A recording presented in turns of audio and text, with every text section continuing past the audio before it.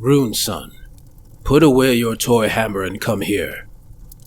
It's time for a lesson. Today's lesson is on the lodges, the communities of the various Fyreslayers across the mortal realms. One day, you may encounter these lodges, and I would hate for you to be shown as ignorant. It would look poorly on us.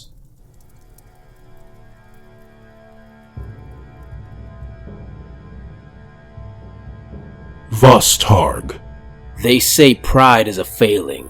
I say they don't have enough to be prideful of.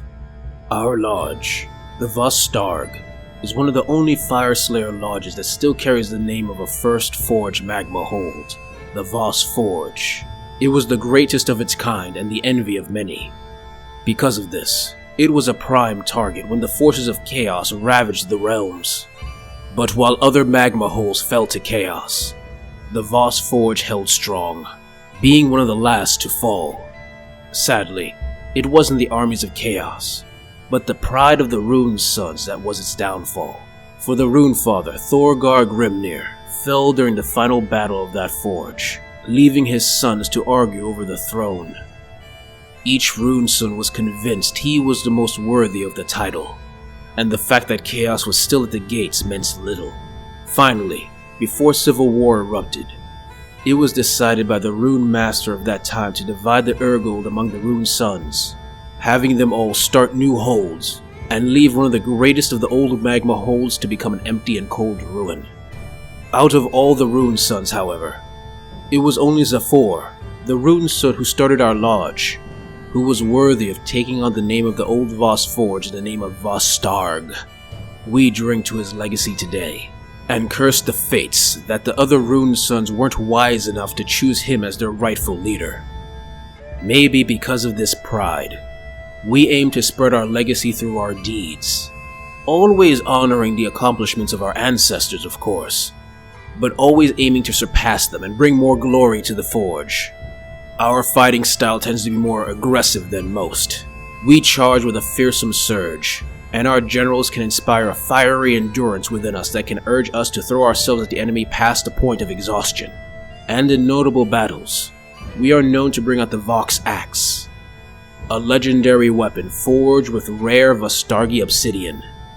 My boy, if you ever get a chance to see the blade in action, it's quite a treat. It goes through flesh like a newly forged axe through butter. Greyfeared. War isn't just good for business. It's the only business. While our lodge won't shirk from any battle, we still occasionally spend a day relaxing and having a drink or two. But the Fyreslayers of the Greyford Lodge are the most war-hungry of the lodges, seeing any day they aren't fighting as a waste of time. So focused are they on battle that they no longer mind. Their forge is barely maintained by their Zargrim priesthood, and those few Fyreslayers who would become battlesmiths. Their lives are focused solely on mercenary work that is never in short supply. There are two reasons they can find so much work as sellswords. The first is their home. They reside in a great gates walled in Shaman. It contains many realm gates, which allows the clan to crisscross the realms with ease, and go to wherever the pay is right. The second reason is they have no qualms about who they work for. If the client can pay the price, they are willing to work with anyone and do anything. As you can guess, this can cause some friction with certain factions, and as much as I can respect their focus on wealth, I know they have done things I would never have my people do. One thing that's odd about the Greyford is that they don't boast much about their past. Relatively recent history they could speak for days about, recounting the accomplishments of their particularly skilled Greyford heroes. But their origins or stories of their early days they are particularly mum about. No one knows for sure what they are trying to hide, but considering they have a larger than average number of Duradin who go mad with glimmer lust, or other mental ailments, it must be dark indeed. Because of their constant warring, they have plenty of spoils to use, storehouses of artifacts most Fyreslayers would drool over. Those especially skilled heroes of their clan are experts in battle, fighting together to form a brotherhood that creates an expert cohesion that no normal troops can match. And their generals are battle-scarred veterans, attacking with rapid speed. and if they know they are in for a tough fight, one of them is known to wear the Helm of Obsidia, a powerful artifact that can enhance the already impressive constitution of the Duerden body. Hermdar. What matters gold when you don't have a world to spend it in? The Hermdar Lodge is, well, I'll be honest, they are bad for business. At least in some parts of Akshai. Most other lodges are pragmatic, fighting only if there's Urgold being paid for our services. But the Hermdar are known to fight without pay when it's against the ruinous powers. It probably has to do with how they were formed. Their hold was captured during the Age of Chaos and their royal family was killed. The remnants elected their greatest Carl as their new rune father. Renaming himself Hermdar Grimnir, he led them in an oath to retake their lost kingdom. Which surprisingly, they did, killing every Skaven and Chaos enslaver. And when they were done, they sealed it with magma, and crafted a new hold in the Adamantine Chain Mountain Range. Since then, they are known to battle the forces of Chaos constantly, helping to free lands from bondage. It was they who crafted the secret of blending fire steel, so it never lost the heat of its first forging. A secret they keep closely guarded, and no lodge has been able to mimic. In combat, they have both a offensive and defensive mindset, seizing enemy force by force, and holding those forts as warriors of indomitable will. And when these skull breakers and oath takers face a particularly strong foe, their chosen hero can wield the Tyrant Slayer, a weapon known to pierce the toughest of flesh with ease. Lofnir. By the fiery breath of Volcatrix, we shall burn these fools from existence. The Lofnir clan is one of the more unusual lodges, for although all lodges respect Volcatrix, the god of the salamanders that Grimnir fought in the Age of Myth, the Lofnir outright worship her. Perhaps because of this, they have an affinity for magmadroths few other lodges can match. They have vaults filled with eggs, and their beasts are bigger than most. They also have an affinity for magmic summonations, wielding the molten lifeblood of the realms with ease. You can easily identify a Lofnir Lodge member by their soot-stained hands or feet. Soot they turn into tattoos that permanently mark their bodies. This comes from a rite of passage where young Fyreslayers walk barefoot across fire steel while holding a magmadroth egg. A bit much for a test of one's manhood, I'll be honest, but if their lodge is fine with it, I can't complain. In battle, it's all about the magmadroths. Their beasts are the cornerstone of their battle force, charging into battle in an explosive charge, while their Zargrim priests support them from behind with torrents of magma. And when the Rune Father is in battle, he rides atop his mount on an igneous battle throne, the magic of the throne able to deflect blows that would kill a normal mortal. Now those are the main four, the ones you will most likely deal with if you become Rune Father, but there are many minor lodges you may encounter, and will need some knowledge of. Tangrim. After the gates of Azir opened over a century ago, the Fyreslayers of the Tangrim Lodge traveled to that realm and made it their home. As such, you will find that they will usually ally with the Stormcast Eternals, making them their most trusted and consistent employers.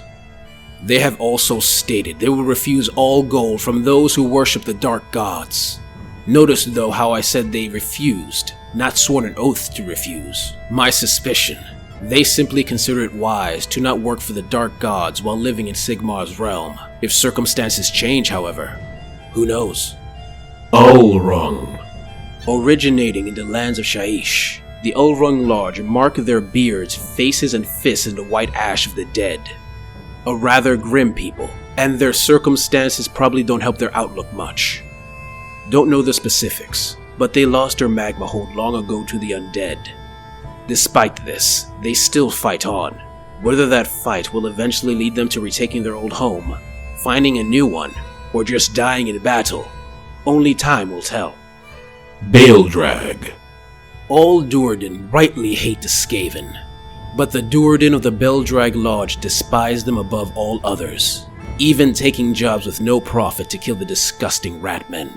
I know, hard to believe, but when two of your Rune sons are captured by a Skaven Grey Seer and stitched into a horrible abomination, it sort of clouds your judgment. Sigyorn. Unlike most lodges, the Sigyorn Lodge has become more open to visitors and guests, attracting much business and trade among the free peoples. Thus, their holds have become vast forged cities in the realms of Shaman. Perhaps because of this talent for trade and profit, they have a unique connection with the Caradron overlords, employed by them more than any other faction. Thunger. The Fyreslayers of the Thunger Lodge rule over the glimmering peaks of Lunar Rest and Hish. A rather silly name for a mountain range, I know. Pretty sure the elves named it first. It's probably why the Fyreslayers constantly fight with the elves of those lands. They also have some rather strange customs. For example, they melt Urgold under giant lenses instead of fire forges. Doing so creates a byproduct, a golden dust, which their warriors coat upon their skin. Dust that their rune smiters can ignite. Personally, I think it's all that light in that realm that causes them to act so strange. Does something to a Duradin's brain. Gelvad. The Gelvad, like the Tangrim, make their home in Azir. Unlike the Tangrim, however, they are a lot less friendly and much more vindictive and gruff. They actually chisel their grudges in metal instead of paper or stone. And when the grudge has been paid, they throw it into the liquid metal moat they have surrounding their hold. Not really neighborly to block yourself off from an entire city with a giant moat, but what can you do? Volturong. The Voltron Lodge is famed for their skills in rune smiters, able to manipulate magma and lava with great skill, so much so that they actually molded the entire volcanic slope of their home into an image of Grimnir. You should see it when you get a chance, my son. It's truly a sight to behold. They were the first to ally with the Stormcast Eternals, when those golden warriors made their presence known, and since then have fulfilled many oaths for them on the battlefield. Kangen. Settling in the realm of Olgo in search of Urgold, the Kangen have become a rather shadowy and secretive lodge. Much of that has to do with their former employers, the Shrouding Kings. The Kings teaching the Fyreslayers skills necessary to survive in the dark realm of Olgo. Sadly, that relationship didn't last long as there was disagreement over payment. A disagreement that was resolved when the Fyreslayers ransacked the Shrouding King's kingdom. My son, if you prove worthier than your 9 brothers, you may lead this lodge one day. Although lodges tend to stick to their own, remember these other ones nonetheless. You never know when you might need to help a fellow Duradin in need. And remember, be nice. Make sure to give him a discount for your services.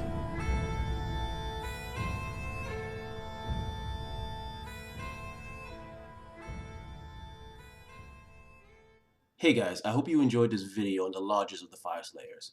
If you liked it, please like, subscribe, comment, those dance, press the little bell, etc. If you really like it though, please consider giving to my Patreon. The extra money gives me the time I need to work on these stories that I love. Anyway, thanks for watching and see you next time.